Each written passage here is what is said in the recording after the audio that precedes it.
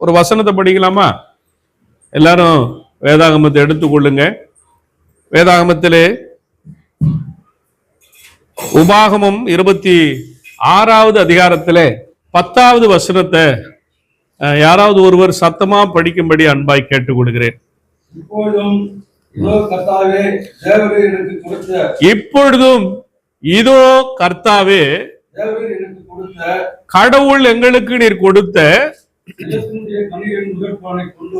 நிலத்தினுடைய கனிகளின் முதல் பலனை கொண்டு வந்தேன். ஆண்டவர் எதை செய்யும்படிக்கு அங்கே இஸ்ரவேல் மக்களுக்கு கற்றுக் கொடுத்தாரோ அந்த ஒரு காரியம்தான் இந்த 10வது வசனத்துல இருக்குது. பாருங்க, எனவே ஆண்டவரே, இதோ நீர் எனக்கு கொடுத்த நிலத்தின் முதற் பலனை கொண்டு வந்துள்ளேன். இவ்வாறு சொல்லி அதை உன் கடவுளாகிய ஆண்டவர் முன்னிலையில் வைத்து அவரை பணிந்து தொழுவாய். இதுதான் இந்த வசனத்துல இருக்கிறது. கடவுளை எப்படி வழிபடணும் என்கிற ஒரு அழகான ஒரு காரியத்தை இந்த வசனத்தின் வழியாக கற்றுக் கொடுத்திருக்கிறத நம்ம பார்க்கிறோம். சரியா? இந்த வசனத்துல என்ன சொல்லுதுன்னா, இந்த வசனத்துடைய பேக்ரவுண்ட் என்னவாக இருக்கிறது என்று சொன்னால், இஸ்ரவேல் மக்கள் வனாந்தர பயணத்தை முடித்துன்னு வந்தாங்க. எத்தனை வருஷம் வனாந்தர பயணத்துல வந்தாங்க? 40 ஆண்டு காலம் வந்தாங்க இல்லையா? அப்ப இந்த வனாந்தர பயணத்துல வந்தாங்க. எகிப்தில அடிமையா இருந்த பொழுது கடவுள் காப்பாற்றினார். அதுக்கப்புறம் பாலும் தேனும் ஓடுகிற கானான் தேசத்திற்கு இவர்கள் வந்தார்கள், பயணம் செய்து என்று நம்ம பைபிள்ல படிக்கிறோம் இல்லையா?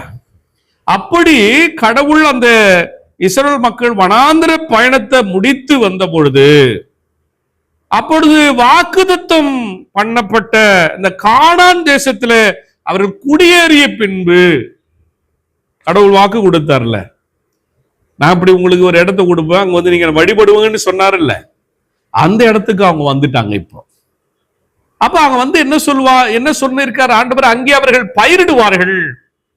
அப்பொழுது விளையும் தானியங்களை, அங்கு விளைகிற பழங்களை, காய்கறிகளை என்னவா கொண்டு வருவாங்க?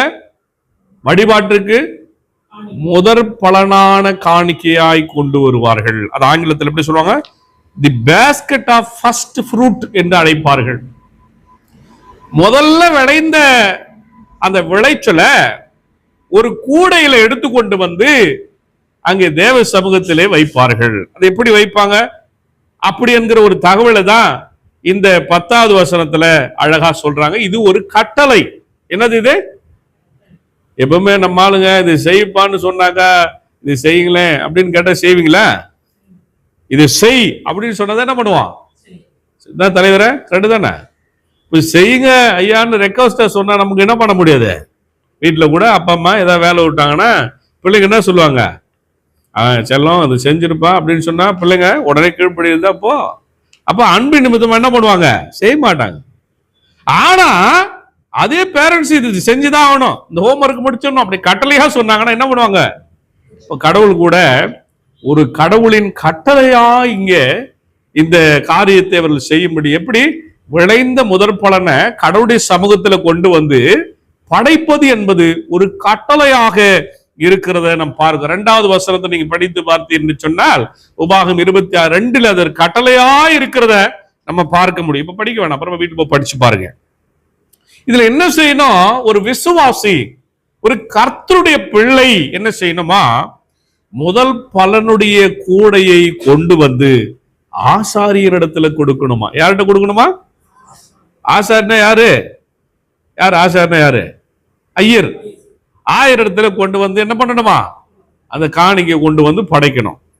அப்ப அந்த ஆசாரியர் நினைச்சிருவாரா, அந்த அவர்கள் கொண்டு வந்த அந்த கூடையை கொண்டு வந்து பலிபிடத்தின் முன்பாக வைப்பார். இப்ப காணிக்கை படைக்கும் போது கூட நம்ம என்ன செய்யறோம்? நீங்க காணிக்கை கொடுத்த உடனே ஆசாரியன் கையில தான் என்ன பண்றாங்க? அந்த தட்டை கொடுக்குறாங்க. என்ன காணிக்கை தட்டை யார்கிட்ட கொடுக்குறாங்க? ஆசாரியன் கிட்ட கொடுப்பாங்க. அப்ப ஆசாரியர் என்ன செய்வார்? ஆண்டுடைய சமூகத்துல வந்து இப்படி ஆண்டவருக்கு நேரா அதை நீட்டி அதை கர்த்தரிடத்துல ஜெபித்து விட்டு இந்த பலிபிடத்து தட்டு மேல, இந்த மேசையின் மேல என்ன பண்ணுவாங்க? வைப்பார்கள். இது நம்ம ஆராதனை வழிபாட்டில் இருக்கிறத நம்ம பார்க்க முடிகிறது. அதற்கு பின்னால்தான் ரொம்ப முக்கியமானது. கவனிங்க, வெரி வெரி இம்பார்ட்டன்ட். இது ஒரு கட்டளை, இப்படி வர்றது ஒரு கட்டளைன்னு சொன்னல. இப்போ இன்னொரு மிக முக்கியமான ஒன்று, கமாண்ட். இது இட் இஸ் a commandment. இப்படி வந்து படைத்த பின்பு ஒன்று நடைபெறும், அதுதான் கிளைமாக்ஸ். கவனிங்க, ரொம்ப முக்கியமானது. என்ன செய்வாங்க? அப்போ அந்த ஆசரிப்பு கூடாரத்துக்கு முன்னால வந்து ஆசாரம் வச்சிட்ட பிறகு அவங்க ஒண்ணு சொல்லுவாங்க. ஒரு புகழ்பெற்ற வரலாற்று ஒரு அறிக்கையை எல்லாரும் சொல்லுவார்கள். கன்ஃபெஷன் சொல்லுவாங்க. ஹிஸ்டாரிக்கல் கன்ஃபெஷன் அதுக்கு பேரு. என்னது? ஒரு புகழ்பெற்ற வரலாற்று அறிக்கையை சொல்லுவாங்க. அந்த வரலாற்று அறிக்கை என்னன்னு சொன்னா, என் தகப்பன் அழிவுக்கு நேரான சிரியா தேசத்தானாய் இருந்தான். என் தகப்பன் அழிவுக்கு நேரான சிரியா தேசத்தானாய் இருந்தான் அப்படின்னு இருக்கு. இப்போ ஒருவேளை சிரியா தேசத்தானாய் இருந்தான் அப்படின்னா ஆராம் என்கிற ஒரு இடத்தில் இருந்தான். கடவுளுக்கு முன்பாக வந்து அதை சொல்ல வேண்டும். அவங்க எங்க வந்து சொல்லணுமா? அந்த அறிக்கையை ஆண்டவருக்கு முன்னால வந்து சொல்ல வேண்டும். பாருங்க, அது ஒரு கன்ஃபெஷன், ஒரு அறிக்கை செய்வது. நம்ம கூட வழிபாட்டுல கன்ஃபெஷன் செய்யறோமா இல்லையா? பாவரிக்கை செய்யறோமா இல்லையா? ஆண்டவருடைய சமூகத்துல, கடவுள் நீங்க தான் எங்களை இப்படி காப்பாத்துனீங்க, விடுதலை செய்தீங்க, நீங்க எங்களை வாழ வைக்கிறீங்கன்னு சொல்றோம் இல்லையா? எங்களுக்காக வாழ்க்கை கொடுத்தீங்க சாமின்னு சொல்றோம். அது மாதிரி ஒரு ஹிஸ்டாரிக்கல் கன்ஃபெஷனை இந்த வரலாற்று அறிக்கை நமக்கு சொல்லுவதாக பார்க்கின்றோம். அந்த கூடை இருக்குல்ல, அந்த கூடையில நீங்க நினைக்கிற மாதிரி வெறும் தானியங்களும் பழங்களும் அடங்கிய பாத்திரம் என்று எடுத்துக்கொள்ள கூடாது. முதல் படலை கொண்டு வந்து கடவுளுக்கு படைக்கணும். நம்ம வீட்டுல முருங்கைக்காய் வந்துச்சுன்னா, அப்புறம் பீக்கக்காய் வந்துச்சுன்னா, சொரக்காய் வந்துச்சுன்னா, இதெல்லாம் நம்ம என்ன பண்றோம்? உடனே ஃபர்ஸ்ட் அதுக்கு கொண்டு வந்து ஆலயத்துல கடவுளுக்குன்னு கொடுக்குறோமா இல்லையா? ரொம்ப அது சின்சியரா செய்யறோம் நம்ம ஆண்டவருக்கு ஃபர்ஸ்ட். அப்போ அது அது அது போன்று அந்த அந்த படைக்கின்ற அந்த படைத்தல் என்பது, கடவுளுக்கு கொடுப்பது என்பது ஏதோ கடமைக்கு அல்ல. அந்த பாத்திரத்துல வைக்கப்படுகிறது ஒன்று ஏதோ ஒரு பாத்திரமா பார்க்காம, அது நாங்கள் அடிமைகளாய் இருந்தோம், ஆனால் தேவன் எங்களை விடுவித்து இந்த செழிப்பான தேசத்தை தந்தார் என்பதற்கான நன்றி அறிதலின் அடையாளம். என்ன அடையாளம் அது? நன்றி அறிதலின் அடையாளம். கவனிங்க, ரொம்ப முக்கியமானது. நான் ஏன் கடவுளுக்கு படைக்கணும் நீங்க நினைக்கலாம் இல்ல? கடவுள் நம்மளெல்லாம் எவ்வளோ பிரச்சனையில இருந்து, எவ்வளோ கஷ்டத்துல இருந்து நம்மளை காப்பாற்றி இருக்கிறார். அப்ப கடவுளுக்கு நன்றி சொல்ல வேண்டிய ஒரு கடமை இருக்கிறது. எப்படி நன்றி சொல்ல முடியும்? நம்ம வெறும் வார்த்தையினால சொல்வதல்ல, கட்டளை கொடுத்திருக்கிறார். உபாகம் 26:2 கட்டளையா கொடுத்திருக்கிறார். என்னென்ன?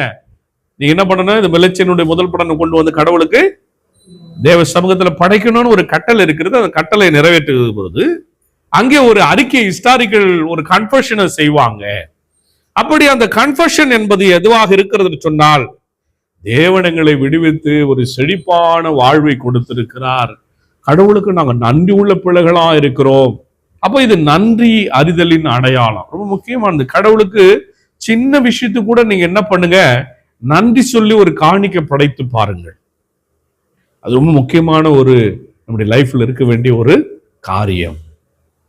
It is a symbol of thanksgiving. நன்றி அறிதலுடைய ஒரு அடையாளம். நன்றி உள்ள பிள்ளைகளா இருக்கிறோம் என்பதற்கு கடவுளுக்கு நாங்க நன்றியா இருக்கிறோம். பாரு சாமி, நீங்க என்ன காப்பாத்துனீங்களே, உங்களுக்கு நன்றியா இருக்கிறேன். எப்ப நம்ம உதவி செய்தா நமக்கு நிறைய பேர் நன்றியா வந்து சொல்ல மாட்டாங்க, மறந்துடுவாங்க. இப்ப நம்மள அப்படி கடவுளுக்கு என்ன பண்ண கூடாது, மறந்து விடக்கூடாது. கடவுளுக்கு எப்பவுமே நன்றி உள்ள ஒரு பிள்ளைகளாக இருக்க வேண்டும் என்பதற்கு தான் இந்த ஈவென்ட் நடைபெறுவதாக நான் பார்க்கிறேன். அது மாத்திரமல்ல, வனாந்தரத்தில் ஒன்றுமில்லாமல் நாங்கள் அலைந்தோம். எப்படி அலைந்தாங்க? சாப்பாடு கூட அவங்கள ஒண்ணும் கிடையாது இல்லையா? பரதேசியும் திக்கற்றவர்களுமா இருந்தாங்க. சொந்த நிலம் அவர்களுக்கு கிடையாது. அப்பொழுது அப்படிப்பட்ட நிலையில் இருந்த எங்களை அறுவடை செய்கிற அளவிற்கு கடவுள் எங்களை கொண்டு வந்து நிறுத்தினார். நாடோடிகளா இருந்தோம், அங்குமிங்குமாக அலைந்து கொண்டிருந்தோம். ஆனா கடவுள் என்ன செய்தால், எங்களுக்கு வீடு இருக்கிற ஒரு வாழ்வை கொடுத்து, நம்மள கூட அப்படிதான் கர்த்தர் ஆசீர்வதித்திருக்கிறார் இல்லையா? கர்த்தர் நம்மளை ஆசீர்வதிக்கிறார். அறுவடை கூடை நிறைய இருக்கிற ஆசீர்வாதத்தை கர்த்தர் கொடுத்திருக்கிறார். ஆமாவா இல்லையா?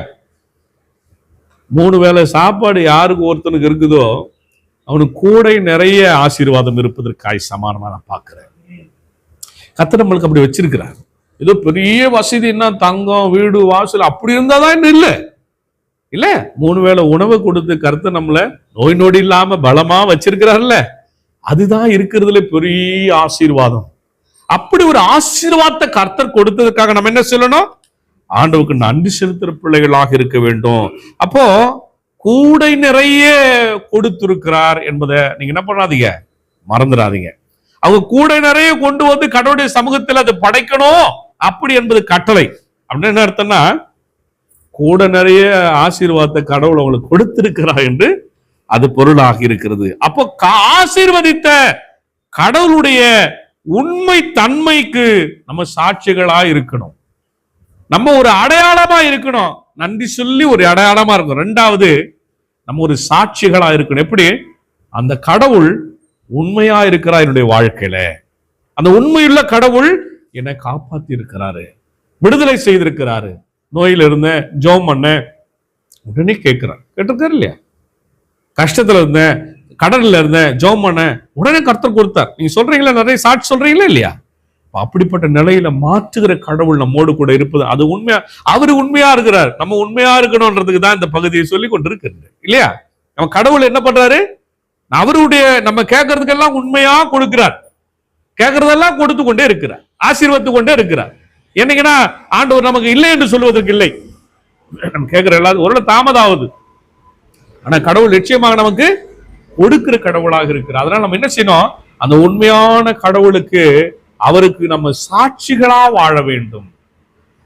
இப்ப சாட்சியா வாழ்வது, அடையாளமா இருக்கிறது, இதெல்லாம் எங்க வரும்னா அவருடைய சமூகத்துல வந்து, ஆண்டவரே என்ன இந்த நிலைமையில இருந்து என்ன இந்த நிலைமைக்கு நீ கொண்டு வந்தது நீங்க தான் சாமின்னு நம்ம கன்ஃபஷன், அந்த அறிக்கை செய்யும் போதுதான் இது நடைபெறும் இல்ல. தேவ சமூகத்துல வந்து ஒவ்வொரு வாரமும் ஆண்டவருடைய சமூகத்துல, நான் இப்படியா இருந்த ஆண்டவரே என்னை இந்த நிலைமைக்கு கொண்டு வந்து வைத்திருக்கிறீங்களேன்னு சொல்றீங்க பாத்தீங்களா? அதுதான் the historical confession. அந்த கன்ஃபஷனை செய்வதன் வழியா நமக்கு என்னவா கிடைக்கிறது? ஆண்டவருக்கு ஒரு அடையாளமா, நன்றி உள்ள அடையாளமா மாற்றப்படுகிறோம்.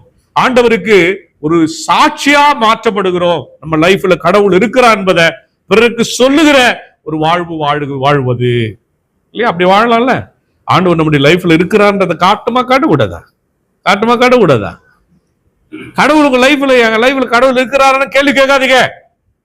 அவர் எப்பொழுதும் நம்மளை விட்டு விலக கூறுறதே அல்ல. எப்பவுமே நம்ம கடவுள் நம்மோடு இருந்து கொண்டிருக்கிறார். அவர் எப்போ நம்மளை விட்டு போறதே இல்லை. நம்ம தான் பல நேரத்துல ஆண்டவர் விட்டு தூரமா போயிடும். ஆண்டவர் ஒரு நாளும் நம்மளை விட்டு தூரமா போவதே இல்லைங்க.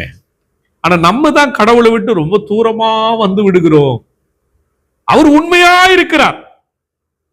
அன்னைக்கு ஆண்டவர் நம்மளை தெரிந்து கொண்ட பொழுது எப்படி நம்மை தெரிந்து கொண்டாரோ, இன்றும் அப்படியே நம்மை நடத்தி கொண்டே இருக்கிறார்.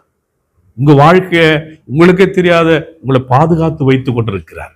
அப்ப அப்படிப்பட்ட உண்மையான கடவுளுக்கு நம்ம சாட்சியா இருக்கணும் இல்லையா? அந்த உண்மையான கடவுளுக்கு நம்ம நன்றி உள்ளவர்களா இருக்க வேண்டும் அல்லவா? இந்த ஹிஸ்டாரிக்கல் கன்ஃபஷனை, ஆண்டவரே நான் இந்த நிலைமையில தாழ்மையில இருந்து என்ன உளவா உயர்த்தினீங்கன்னு சொல்லி அந்த அறிக்கையை இஸ்ரவேல் மக்களை போல நாமும் சொல்ல ஆண்டவர் நம்மையும் ஆசீர்வதிப்பாராக. ஆமென்.